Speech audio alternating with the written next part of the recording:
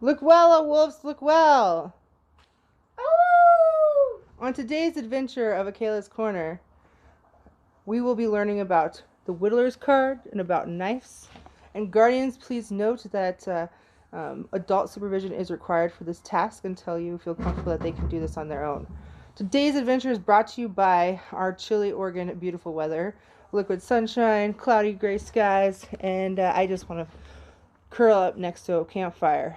I could never get tired of that smell.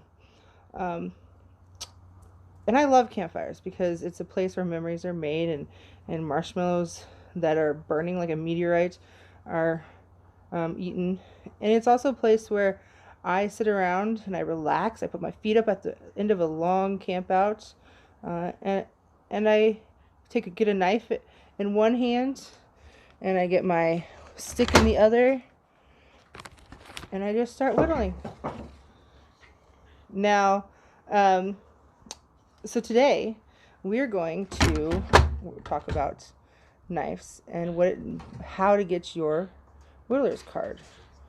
It is it's easy. It's hard to get. It's going to take a lot of time and patience. So one ground rule I will set now is that working with knives must be done with an adult, and you cannot be angry, tired, upset, or in a negative headspace. Because these can hurt. They can draw blood. They can cut off fingers. But you will, as a Timberwolf, you will learn how to work with a knife safely. And you're able to earn your Whittler's card. In order to earn this Whittler's card, there's a few things you need to do. But first, if you want to carry a knife in your pack, you have to earn your Whittler's card. You have to be able to produce your Whittler's card at any moment if anybody asks.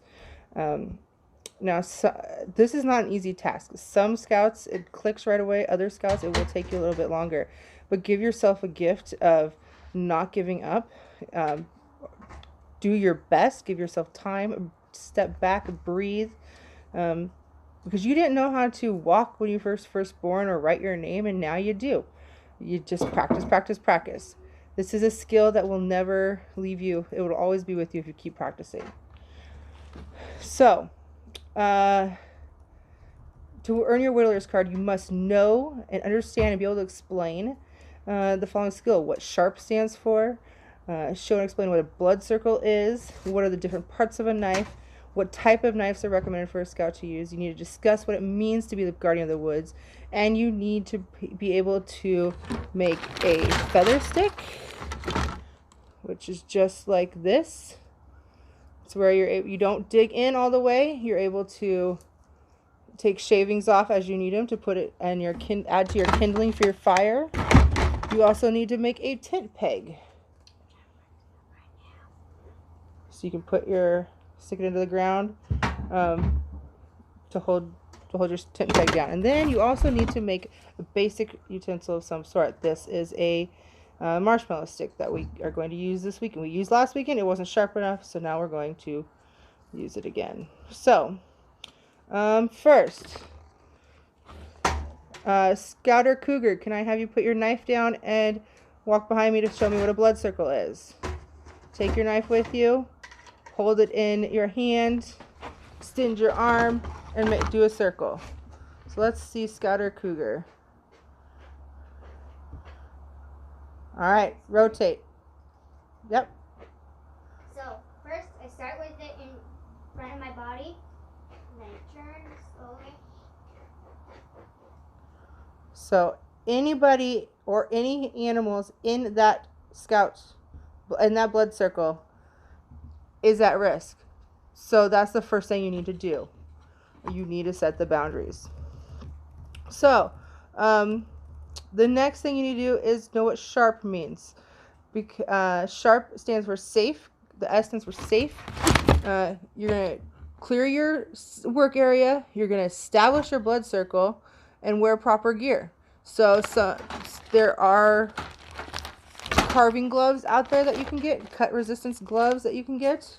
My kids haven't used them yet, so I don't know if they actually work. I'm assuming they do. Cut level 5, kid size, whatever that means. You are going to The H in sharp stands for handling. You're going to keep your fingers out of the blade or cutting area. So I'm going to show you with my knife here. You don't want to cut like this. You just cut your finger off. You don't want to hold it like this. You don't want to grab the blade like this. Bad things happen. You're going to pass knives properly and safely. Scout or Cougar, can you please come here? So you're going to hold on to it. You're going to give it to the person. Thank you. You're welcome. And don't let go. I said don't let go. All right. You say thank you? Thank you. You're welcome. Okay. Thank you. And then before standing or before talking, looking up, you're going to sheath your knife, put it down, and you're going to carry tools in a safe manner. So you're not going to be running around with them. You're not going to be running around with them uncovered or walking around with them uncovered. Aware. You're going to examine your tools before use, and you're going to clean your tools after use. So actually, this one is kind of dirty, so I need to go clean that one. If it's rusty or dirty, it might break or be dull. It will hurt you more. You're going to be responsible. You're going to do this in an appropriate time and place, meaning with your parents' permissions. You're going to never damage a tree and only carve what is yours. You're not going to take somebody else's carving. You're not going to take it up to a live tree. You're not going to rip a branch off of a tree that's still alive. If it's on the ground, you can have it, but be a guardian of the woods. And then you're going to have a purpose. Know your goal. So, for instance, Bailey, Scout or Cougar, what are you making right now? Tet peg. All right, so she's making a tet peg, so she knows exactly what she needs to do, and she's going to get to work. She's not going to find out what she needs to do as she goes. And you're going to have a reason to use knives and tools because they are not toys. In our household, the knives only come out when an adult is watching and when there is a reason. Today is to make this video. So, you've made your blood circle. You know what sharp means. And now, you need to get to whittling. So, listen to your guardians. Respect the authority figure in charge. Build your blood circle boundaries. Make sure your knife is dry, clean, and sharp before and after every use. Make sure your wood is dry and carve towards your buddy, not your body. That's why you make a blood circle. And that's why your buddy needs to be out of your blood circle because you're going to be cutting towards them. Go slowly. Have your eyes on your knife at all times. Work in a space where you have full movement of your arms.